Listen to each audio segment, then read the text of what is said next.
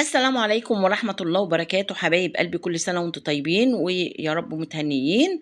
اللهم صل وسلم وبارك على سيدنا محمد وعلى آله وصحبه وسلم تسليما كثيرا. حبايب قلبي النهاردة يوم الأربع أول رمضان إن شاء الله 18 شهر 2 إن شاء الله فبراير وبداية رمضان.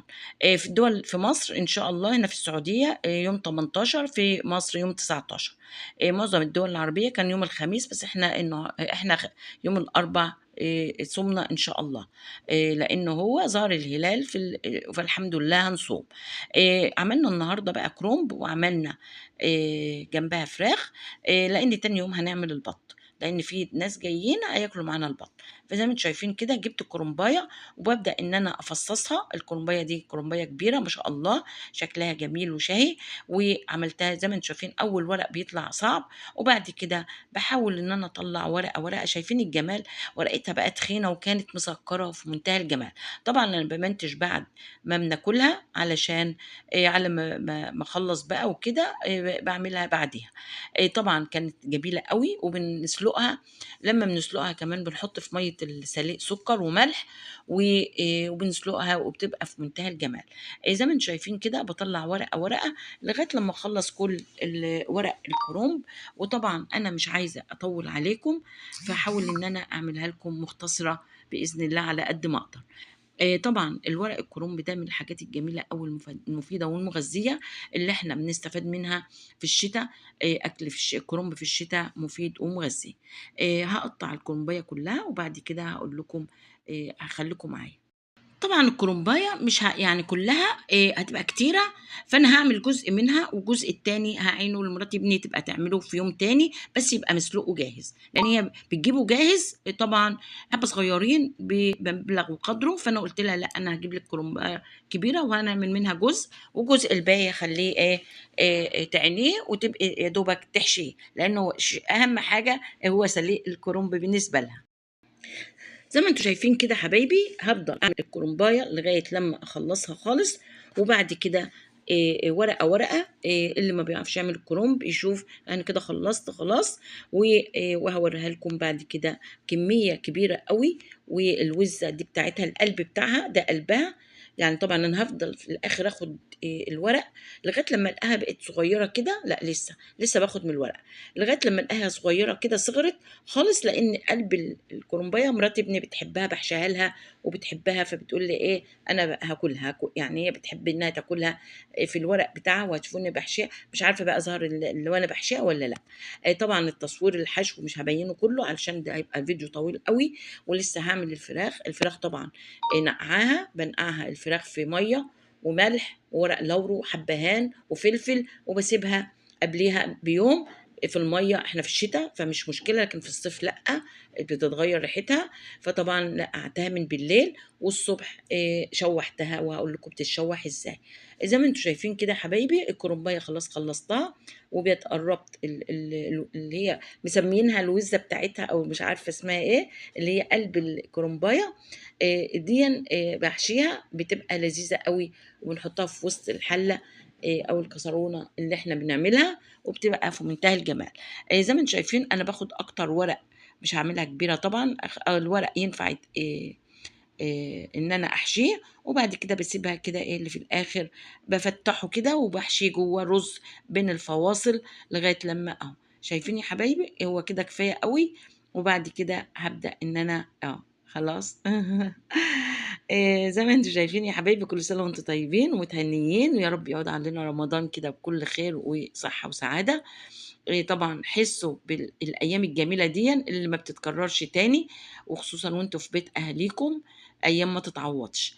حبّوا أهاليكم وكونوا أوفياء ليهم، وساعدوهم ووقفوا جنبهم، علشان أحلى أيام هي أيام اللي أنتم بتعيشوها مع أهلكم. ربنا ما يحرمكم من أهاليكم يا حبايبي ويبارك فيكم، وتحسّوا بالجمال والحلاوة والأيام الحلوة اللي بتمُر علينا. زي ما أنتم شايفين كده يا حبايبي، جِبت المَيّة وحطيت فيها شوية ملح وسُكّر، أو لسه هاحط السُكّر، أنا كنت ناسية السُكّر. هتشوفوني دلوقتي بارُش سُكّر على الوش. وبعدين علشان السُكّر ده مهم أوي، بيدّيها تسكيرة كده جميلة، وبتبقى طعمها في منتهى الجمال. بعد ما بنعمل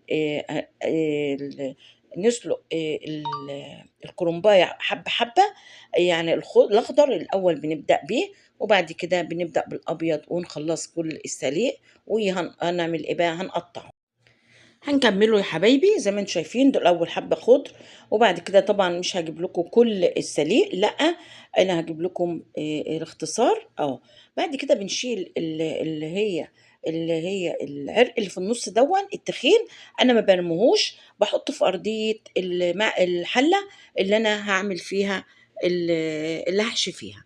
بجيب طماطم وبصل وتوم، بقطع الطماطم وببشر البصل، أو أخرط البصل، وبعد كده والتوم بابشره، وبعد كده يا حبايبي هنحط حبة من التوم والبصل أو من التوم مع الطماطم ونضربها في الخلاط، وبعد كده هقول لكم هنعمل إيه. هنحضر كل حاجة، وبنحضر حلة كبيرة، هنعمل بقى أو حلة كسرونة صغيرة عشان هنعمل تخديلة الصلصة. وزي ما انتم شايفين قطعت قطع صغيرة بلف الكرومب، هبقى اوريهولكم، انا عاملاها لكم قبل كده في القناة بكذا طريقة يا حبايبي. ممكن تحطوه فوق بعض، وممكن تعملوا رولة كده وتقطعوه فوق بعضه، وبيبقى لافف كده، بيبقى جميل قوي. ليه كذا طريقة في تخزينه او في ان انت تعمليه تسلقيه وتقطعيه.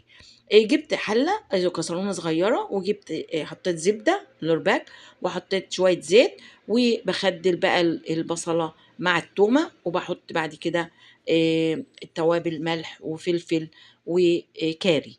أهم حاجة الكاري في المحشي بيدي طعم جميل، وحبة حبهان وكمون وحتة مرقة لو انتوا عايزين، مش عايزين خلاص مش مهم. بتصفر البصلة والتومة والتوابل الجميلة بتطلع ريحتها، وبنروح حاطين عليها لو في ليا ضاني كمان تبقى اجمل، بس ما عنديش هنا ليا ضاني. المهم قلبتها، ولما تصفر هنزل بالطماطم، وفي صلصة.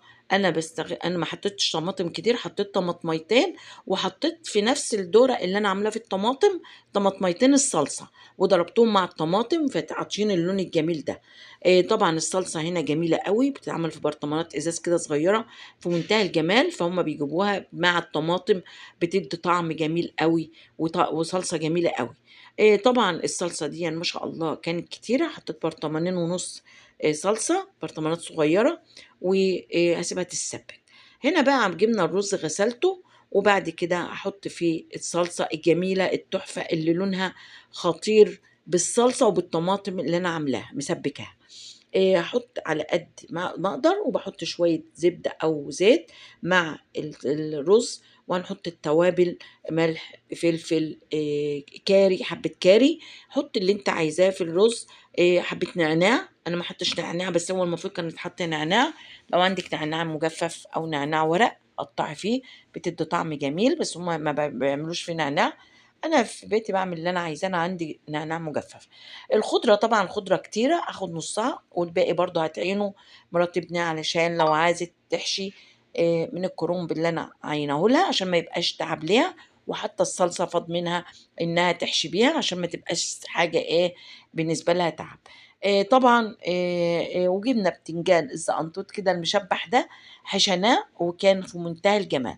جميل قوي، قورته ونقعته في ميه وملح وليمون، وعملته وسبته شوية، وبعد كده هبدأ أحشي. زي ما انتم شايفين أنا هحشي الكرنب، وأحشي ورق عنب، هسلق ورق عنب برضو، بس ما ظهرش تقريبا سلقه مش فاكرة. هسلقه برضو ورق هو في برطمان، بس مرات ابني بتسلقه 10 دقايق. طبعا أحسن. احنا كنا بناخده اللي بجيبه ده على طول بحشيه، بس لا، هو حتى اللي انا بعينه برضو بسلقه، لانه هو بيبقى محطوط في محلول ملح، مش مسلوق، احنا لازم نسلقه. المهم انا برضو سلقته، يعني في ميه تانية غير ميه الكرنب، وهحشيه. زي ما انتم شايفين كده بدأت ان انا هحشي، وهوريكم بقى هيطلع شكله ايه، ويا رب يعجبكم وتحفظوا رزقكم. اول حاجه هعمل ايه بقى، هحشي الكرنب. طبعا انا حشيت في صواني، وبعد كده نقلت في حلال. هوريها لكم دلوقتي. كنت هعمل فيها، وبعدين بعد كده يعني شِلتها وحطيت مكانها اللي هي عيدان اللي هي الكرنب اللي إحنا شِلناها بعد ما اتسلقت. أنا سلقت بالعيدان مش ما طلّعتهاش نيّة، فأكلناها بتبقى طعمها أحلى من إن إحنا نملّحها وناكلها. أنا ما باحبهاش تمليح، باملّحها وبارميها، بصراحة ما باكلهاش أو بادّيها لأي حد بيحب المملّح. أنا ما باحبش الحاجة المملّحة، فالعيدان حطيتها في الأرضية، ولأول مرّة أحطها مرات ابني حبِّتها وأنا حبيتها وبناكلها وهتشوفوها وأنا باغرف سايبينها وبناكلها وبتبقى جميلة أوي مع المحشي. وبسم الله ما شاء الله عملت حلة فيها ورق عنب تحت، وبعدين حطيت البتنجان وكمّلت بورق عنب لإن ابني بيحب ورق العنب والبتنجان في ناس تانية بتحبه، فعملنا بتنجان وورق عنب ورق العنب برضه الباقي عانته تبقى تحشيه في أي وقت. وبسم الله ما شاء الله تصدقوني فاض منه لتاني يوم، بس قُلت لها بلاش تاني يوم هنعمل البطة ناكل من لو نعمل ملوخية ونغيّر علشان ناكله تالت يوم إن شاء الله. ما بنرميش أكل وحرام نرمي أكل، وأنا علّمتها وعرّفتها إن لازم الأكل اللي يفيض ما يترماش، يتعان ويتجمّل كده.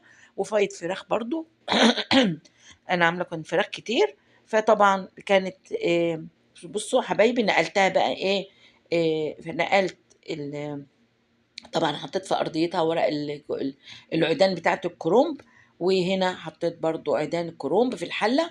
طبعًا ما كانتش هتكفّي الحلة كلّها، فعملت في الاتنين دول وطبختهم وكانوا لُذاذ وفي منتهى الجمال. هنغرف بقى طبعًا مستعجلين كلّنا هناكل ساعة الفطار. أنا عاملة فرختين، فرخة بلدي وفرخة بيضا، وزي ما أنتم شايفين حمّرناهم، اتسلقوا مع بعض بس طلّعت البيضا قبل البلدي، وبابدأ أنزّل شايفين الجمال؟ ده اللي فيها ورق العنب. بسم الله ما شاء الله. وشوف أنا حاطة في الأرضية ورق الكرنب اللي مع مسلوق، ده مسلوق مع الكرنب وأنا باعمله روعة، روعة، روعة، بيتاكل قبل الصوابع المحشية رز. طبعًا فيها فايدة وفيها قيمة غذائية. طبعًا أنا صوّرت تلقائي وعشوائي ما بازيّنش حاجة، لإن كانوا طبعًا وزي ما أنتم شايفين كده يا حبايبي خلّصنا خلاص، وطبعًا وقت الفطار، وإحنا هنا في السعودية صايمين يوم الأربع، وفي مصر هيصوموا يوم الخميس إن شاء الله. والسلام عليكم ورحمة الله وبركاته. ما تنسوش تعملوا لايك وتفعلوا الجرس وتقولوا رأيكم إيه. سلام.